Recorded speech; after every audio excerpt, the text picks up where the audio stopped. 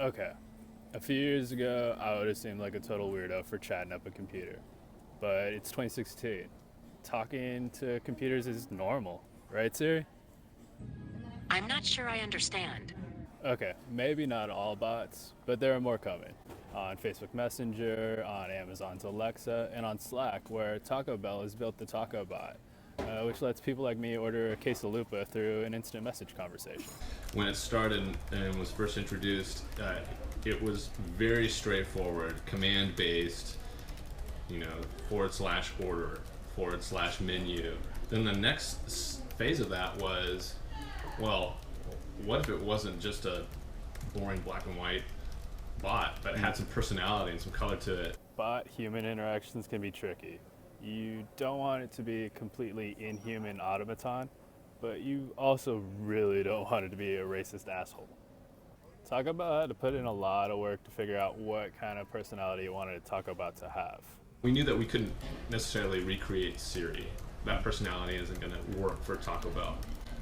So we did have more of a separate brand persona that we were going after.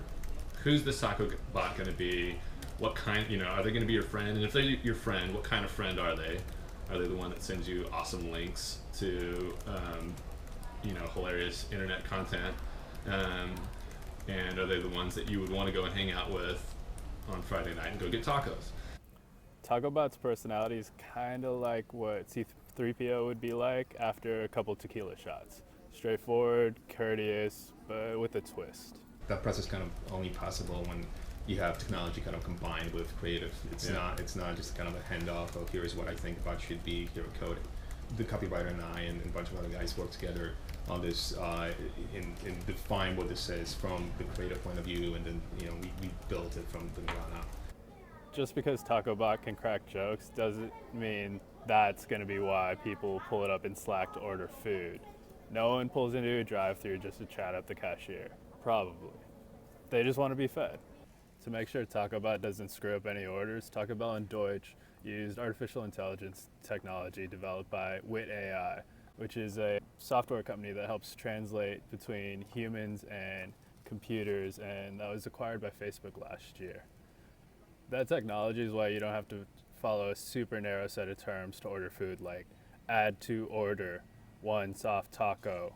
Instead, you can just be like, can I get a quesalupa? If you think about how you engage with something like Siri, it's usually just single points of interaction. Hey Siri, how long is it going to take for me to get from this point to that point?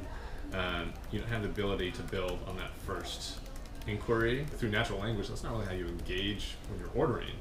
That we determined that it was going to be really important to not have users have to take this step backwards every single time. So you could build on that interaction. Hey, I want one crunchy taco. Okay, that's one crunchy taco. No cheese on that. Okay, no cheese. I didn't have to go and ask it a second time or mention it. Just continue to build on that and add guacamole. Keeping the context of the conversation is super hard, and that's probably the biggest challenge in sort of chatbots and whatnot. Smart as TacoBot is, it's not a genius. Its menu is limited, it can't tell you where the nearest Taco Bell is, and it only speaks one language.